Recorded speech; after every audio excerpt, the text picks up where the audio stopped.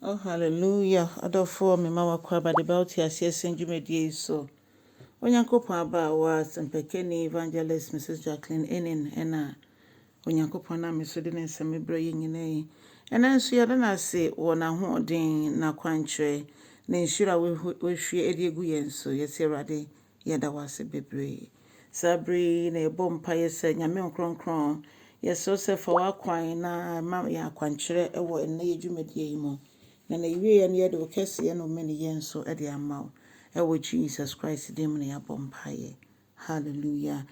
Odofo ye be fa ya kenkan sama fi Timothy woma etosumienu no. Eti ba kon Timothy woma etosumienu eti ba kon chichemu nsia kosi edunnan. Odofo Paul na okasa kyerɛ Timothy na otwe n'adwene egina so sɛ ogya ewo ne mu ebra odi ne nsa to ne so bɔ mpae ma no nyame esoma ne gya eba no nyame konkro gya no ebetena ono Timothy mu na Paul twe n'adwene gina so sɛ ma ɔma ogya no endum esanse ye befa Kristo a hom konkro ne te ye mu na ne gya no so dare wo ye mu na mmom no se ye befa wiase nneɛma ebiem di a na kyese na edum gya no nti otwe Timothy adwene gina so sɛ ema ne ndum gya no efisɛ ɛyɛ asodie nyame de ato ne so na ema n'ani nwu wɔ asɛmpa ne ho ma n'ani nwu nso wɔ no Paul ɔda efiase ho efisɛ ɔda efiase ma Kristo afei so ɔbɔ mpaeɛ sɛ onyankopɔn enhyɛ Timothy den na afei ɔnyɛ krado sɛ dwumadie na odi no ɔko nso wɔ mu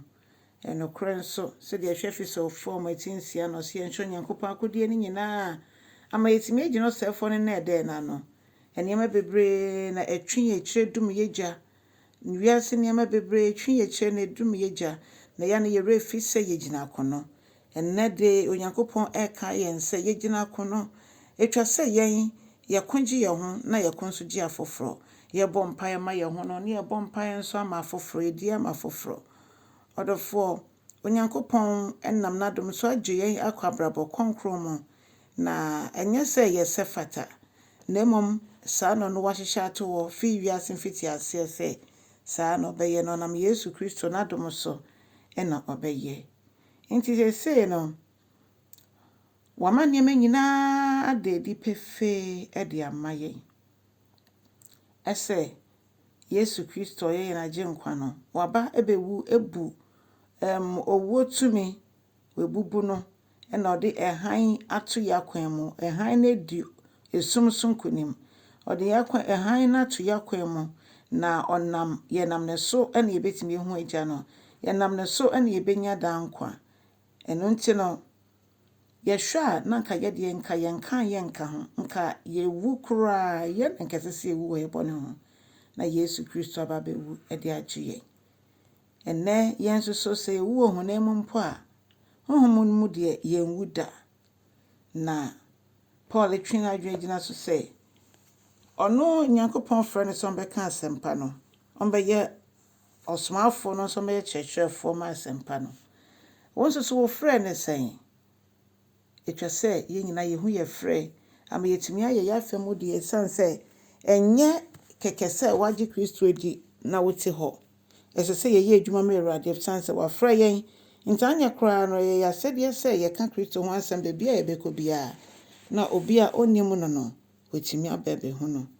ɔse eno nti Paul se eno nti ena me de fiase nanso mani nwu efise minim ni amagye na edi na minim se obetimi akra me so na bibibia me de ahye ne nsanso wakra so nti ɔka Timothy dia na yenso nyame nkronkron nam so kasa kyerɛ ye ene sa yenso nkyerɛkyerɛ papa no mu ma yɛmfa emu biara sɛ mframa bia bebo bia na de yɛ kɔ na enam so na nyankopɔn nyame nkronkron no tumi edi ewo ye mu eno nti gidie na yeso mu no ene nokre na ewo ye mu no nyame nkronkron na Paul asɛm so ka kyerɛ sɛ yenkura mu yie adofo mo yenkura mu yie wo gina bebi a wo te asan ana wo gina bebi a wo ya pa aba ana ene onyankopɔn enam Paul so ka kyerɛ nsɛm yɛ mpa aba yɛn nyina pinti sanse enkyɛ na de obeba na aba ɛbrɛ bi obeba bi ananka yɛayɛ krado a yɛtwɛn no onyankopɔn nhyira yɛn na yɛ ɔsɛmpakani na ma asɛm no akyire na twe akra me Awurade unsubscribe ya mesɛ sɛ wobɛyɛ ne saa amade nyinaa yɛde asɛm no ba a wonsa aka wayɛ nso a nyame nkɔso nhyɛ na kyɛ asɛm no onyame nyɛ mo kɛseɛ bye bye